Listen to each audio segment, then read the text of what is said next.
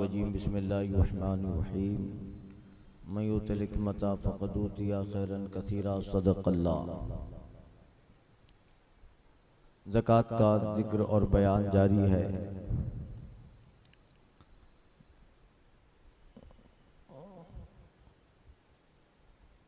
Then से फारिग होना, उसके शराइत में उसके तहत मसाइल जिक्र हुए।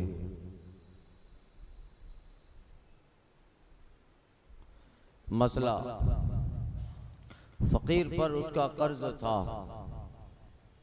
जो साहब ज़कात दे रहे हैं उसका फ़कीर पे कर्ज था, कुल माफ कर दिया तो ज़कात साक़ित हो गई।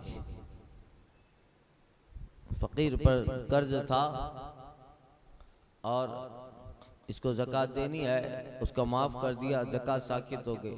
और जुज़ माफ किया तो उस जुज़ की साक़ित हो गई, आधा माफ किया तो आधे की साक़ित हो गई।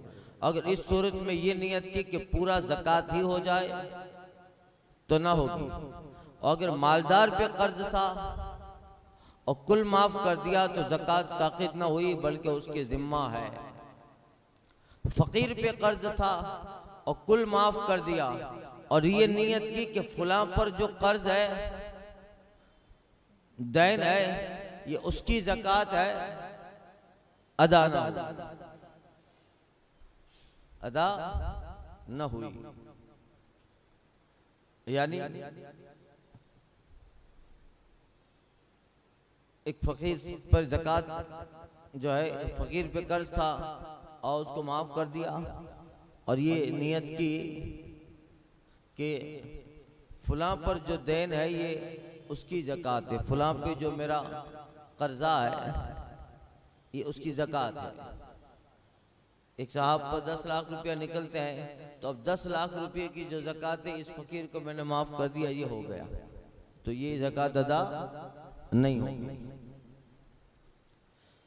किसी पर उसके रुपये आते हैं, निकलते हैं, फ़कीर है, फ़कीर से कह दिया कि उससे वसूल कर ले, आपसे मेरे पैसे निकलते हैं, फ़कीर से कह दिया कि इससे वसूल कर लो और नियत ज़कात की तो बाद ये कब्ज़ा ज़कात अदा हो गई। फ़कीर ने आपसे लेकर कब्ज़ा कर लिया तो ज़कात अदा हो गई।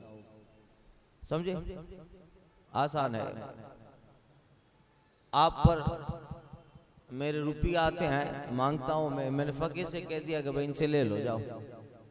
अब मैंने ज़कात की नियत कर ली, फ़कीर ने ले लिया और लेकर कब्ज़ा कर लिया, उसके हाथ में आ गया तो ज़कात अदा हो गई। फ़कीर पे कर्ज है, फ़कीर पर कर्ज है,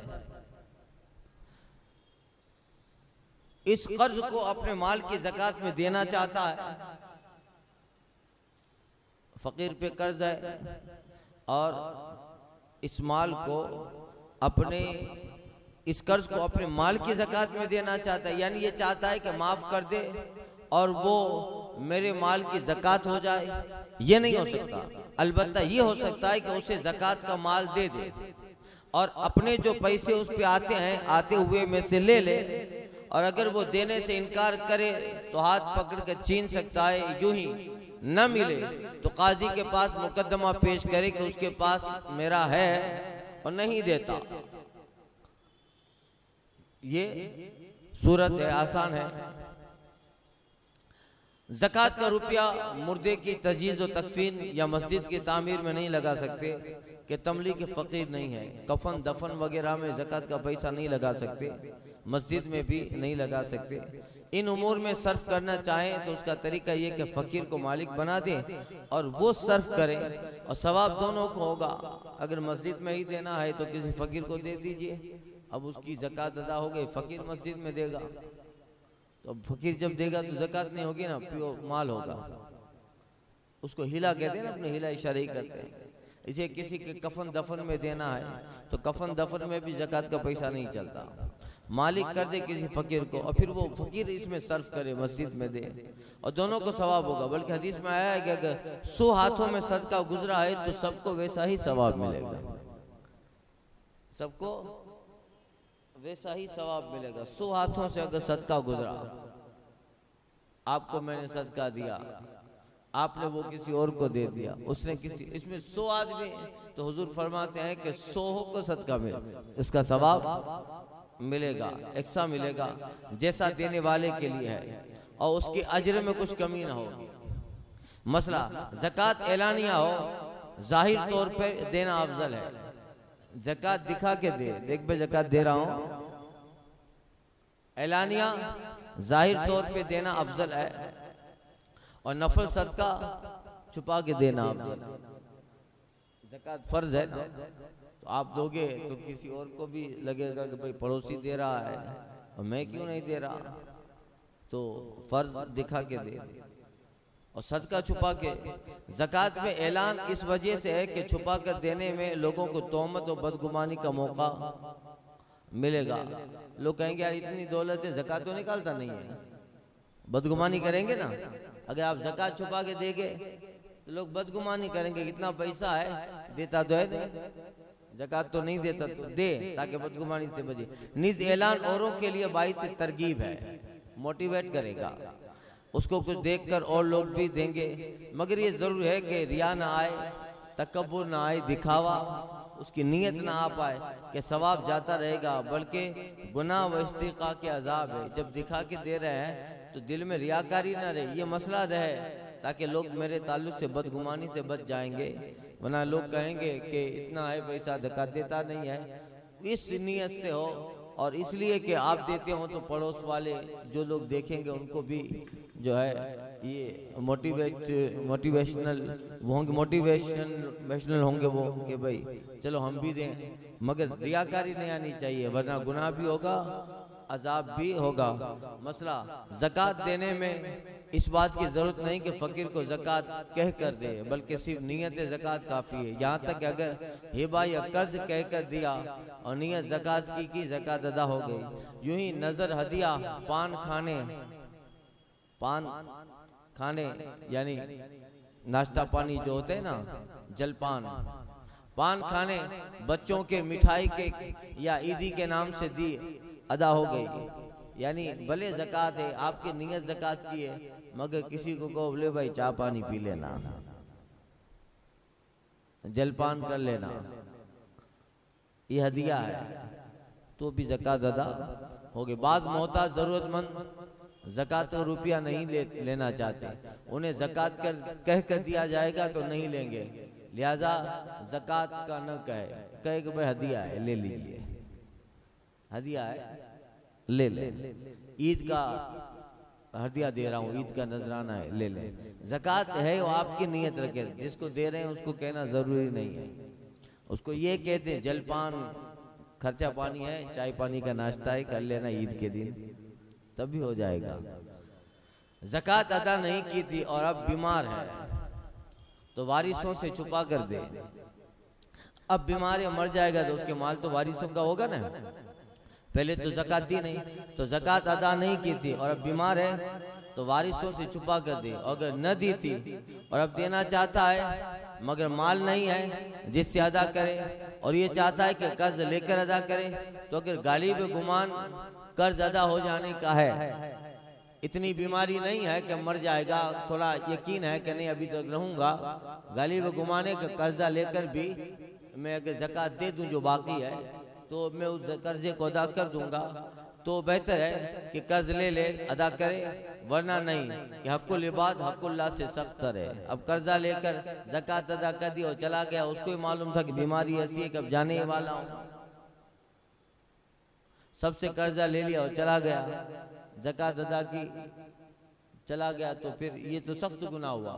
इसलिए कि हक़ुल्लाह से हक़ुल इबाद सख्त है, अल्लाह का हक है, उससे बंदों का हक बड़ा सख्त है। अल्लाह के हक के लिए ज़कात कर्जा लेकर दिया नहीं, जिससे दिया है उनको तो टोपी पहना दिया, अब वो थोड़ा आएंगे तुम्हारे कब्र में। और बेटा भी ऐसा होता है, वो कहता है कि मैं क्या करूं, मेरे बाप से ले ले कब्रिस्तान में, नहीं देना होता है तो नाटक करते हैं। क्या करते हैं, मेरे पास ऐसे लोग आते हैं मसले के लिए, पूछने के लिए, समझाने के लिए, नाटक करते हैं। बाप की विरासत से दुकान भी मिली है, मकान मिला है, इतना सब कुछ मिला है, बाप ने 2-4 लाख रुपए का कर्जा छोड़ा है, उससे मुतालबा करे कि दे, तो देता नहीं है बाप का कर्जा। कहा मेरे बाप से लिया था, मुझसे लिया था। बाप भी उससे नाराज होगा कभी।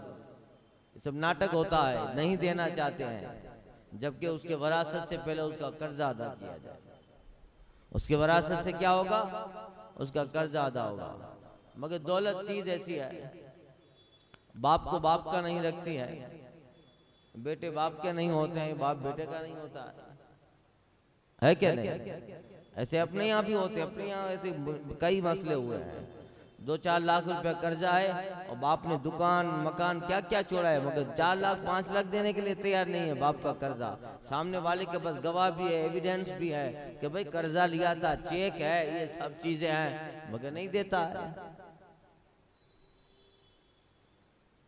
तो ये सही नहीं है। नाखल्फ औलाद होती है। कौन सी औलाद है ये? नाखल्फ, बदतमीज औलाद, जिसे दुनिया की फिक्र है मगर अपने बाप की आखिरत की फिक्र नहीं है। जिसने बाप के माल पे कब्जा तो कर लिया है मगर बाप की आखिरत की नहीं सोच रहा है कि अगर नहीं दिया तो उसे बवाल जान होगा। नाखल्फ औलाद है।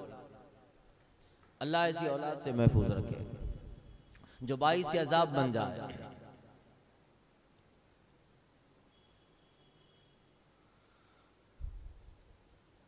मसला,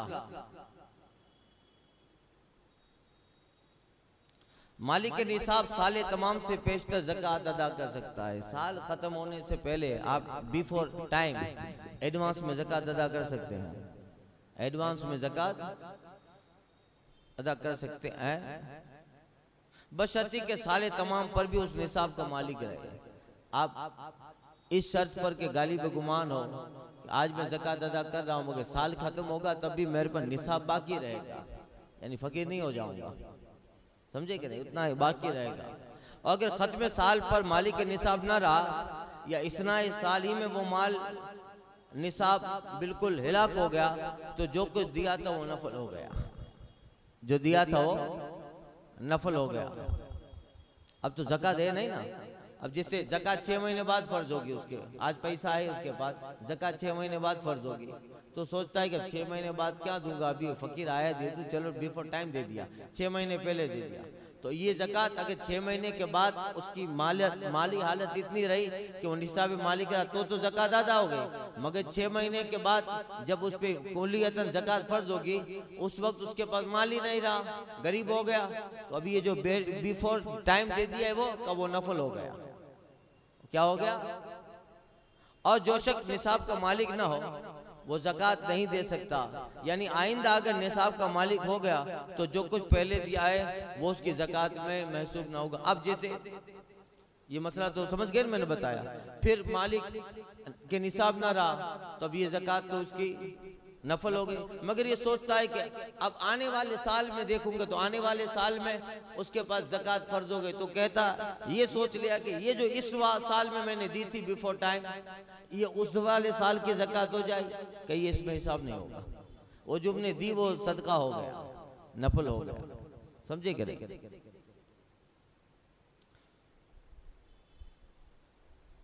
मालिक के निसाब पेशतर, मालिक के निसाब पेशतर से चंद सालों की भी ज़कात दे सकता है, चंद सालों की भी ज़कात दे सकता है। लिहाजा मुनासिब है कि थोड़ा थोड़ा करके ज़कात में देता रहे, खत्म साल पे हिसाब करे, अगर ज़कात पूरी हो गई तो ठीक है, और कुछ कमी है तो अब फौरन दे, ताखिर जायज़ नहीं, न उसकी इजाज़त है कि अब थोड़ा थोड़ा करके अदा करे, बल्कि जो कुछ बाकी है, जो कुछ बाकी है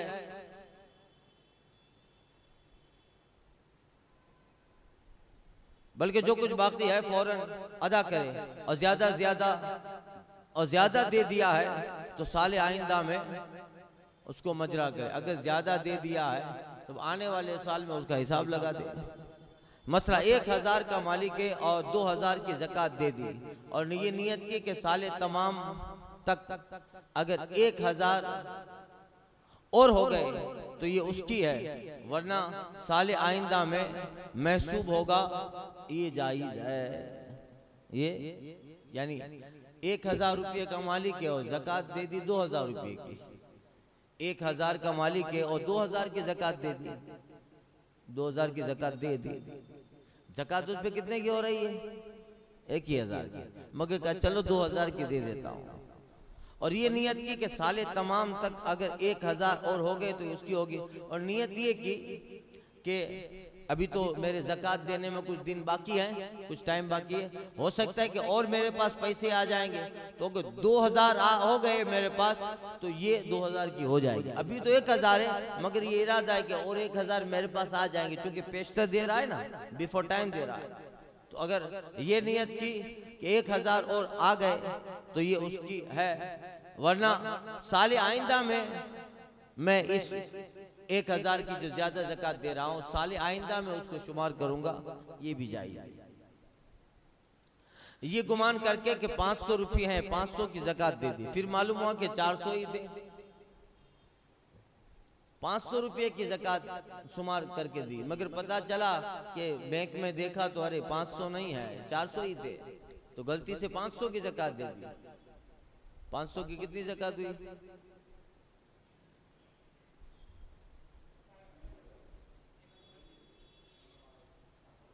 500 रुपये की ज़कात कितनी हुई? 500 रुपये की ज़कात 100 रुपये की 2.5 रुपया, 200 की 5 रुपया हुआ, 12.5 हुए ना भाई। 500 रुपये की 2.5 रुपया ज़कात है, 200 की 2.5 5 रुपया हुआ, फिर 200 की 5 रुपया 10 रुपया हुआ, फिर 100 की 2.5 रुपया 12.5।